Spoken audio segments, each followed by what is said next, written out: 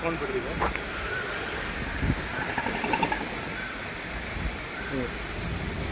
ನಾನಿವತ್ತು ಗಗನ್ ಮಾಲ್ ಹತ್ರ ಇದ್ದೀನಿ, ಬಿಜಾಪುರ ಬಸ್ ಸ್ಟಾಪ್ ಹತ್ರ ಐತ್ರಿ.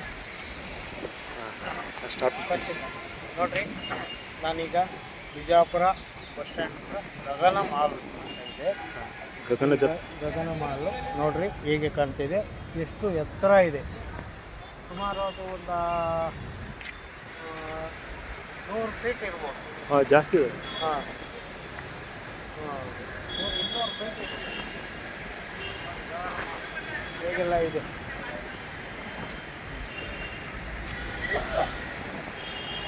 ನೋಡಿದ್ರಲ್ಲ. ಅಲ್ಲೇ ತೊಗೊಂಡ್ರೆ ಮುಂದೆ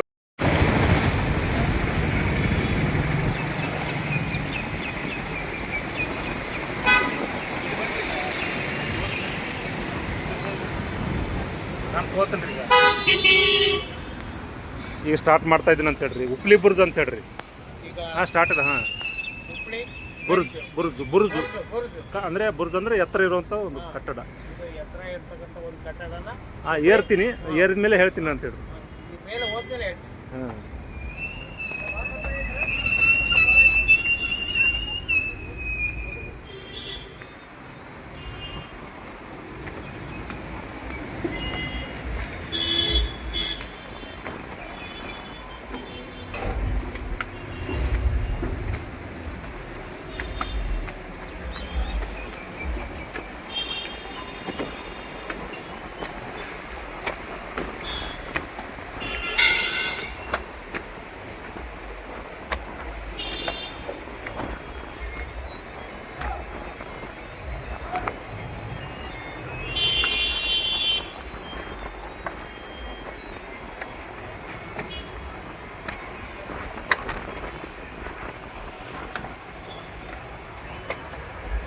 ಇಲ್ಲಿ ಇದೆ ನೋಡಿರಿ, ಪರ್ಷಿಯನ್ ಭಾಷೆ ಶಾಸನ ಇದೆ ರೀ ಇಲ್ಲಿ.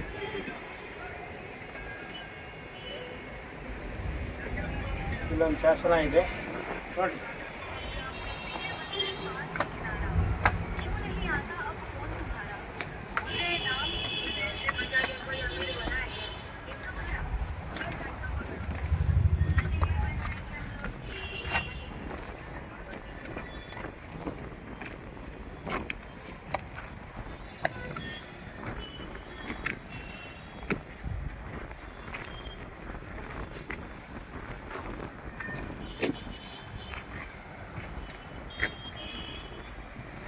ಬರಿಗಳ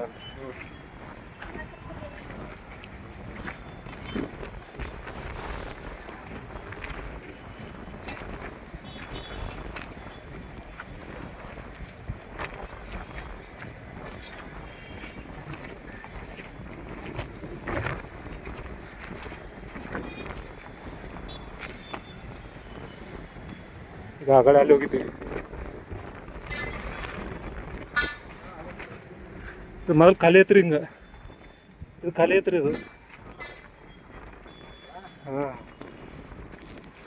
ಈಗ ಇದನ್ನ ವರ್ಷ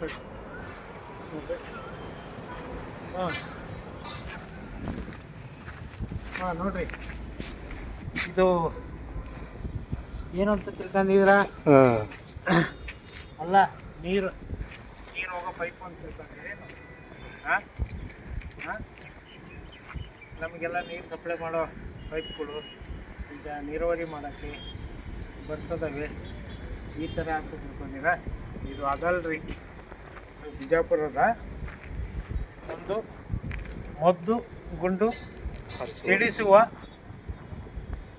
ತೋಪು ಅಂತಂದರೆ ಇದರಲ್ಲಿ ಗುಂಡು ಹಾರಿಸೋರು. ಇದರಲ್ಲಿ ಹೇಳ್ತೀನಿ ರೀ, ಇಲ್ಲಿ ಒಂದು ಡೈರೆಕ್ಟ್ ಇಲ್ಲಿಂದ ಬರ್ರಿ. ಈಗ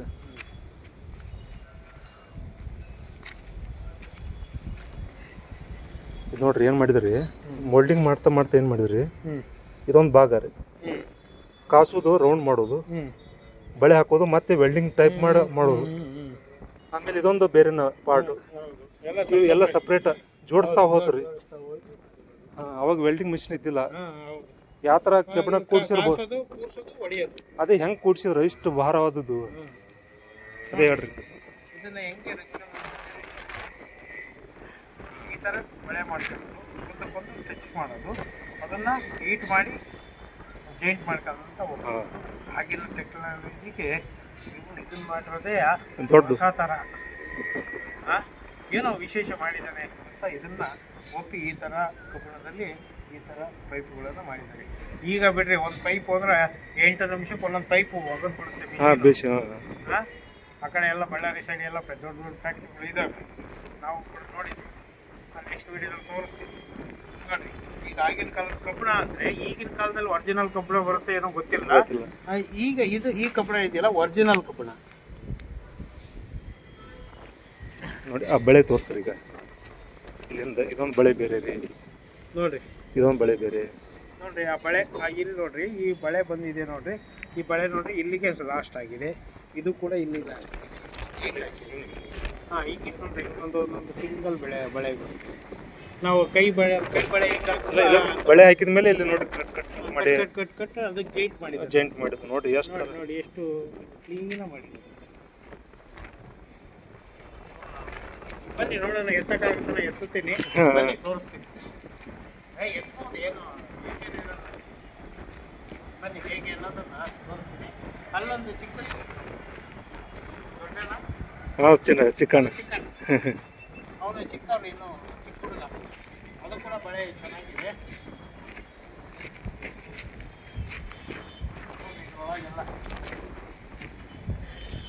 ಇದ್ರಾಗೆಲ್ಲ ಮದ್ದು ಗುಂಡು ಇಟ್ಟು ಬಿಡ್ಸೋರು ಅಂತ ನೋಡಿ. ಇದು ಒಳಗೆ ತೋರಿಸಿ ಸರ್ ಎಲ್ಲ ಹೇಳ್ರಿ ಫಸ್ಟ್ ನಿಂದ್ರಿ.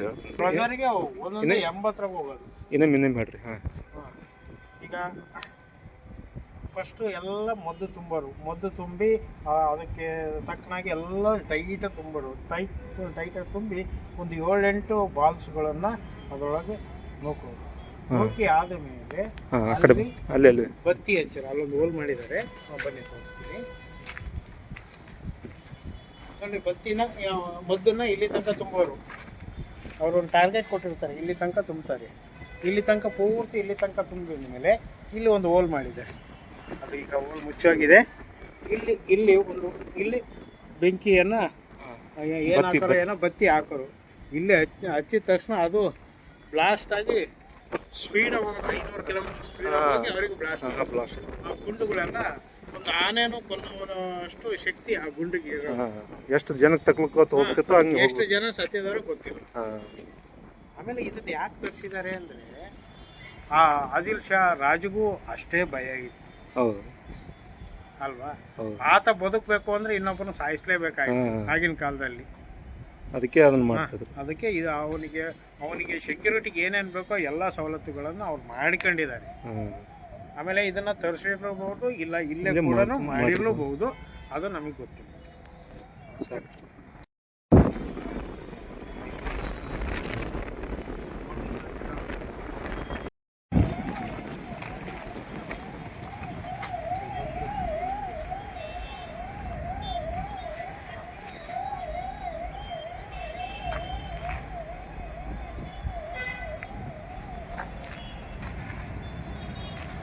ಅಲ್ಲೇ